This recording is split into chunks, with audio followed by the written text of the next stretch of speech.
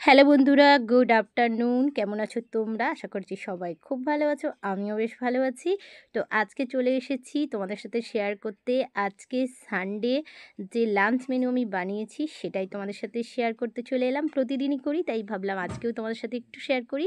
তো দেখো, এখানে হচ্ছে সর্ষে বাটা, মানে ধনেপাতা দিয়ে একটা দারুণ মাছের ঝাল, গরম গরম এখানে ভাত।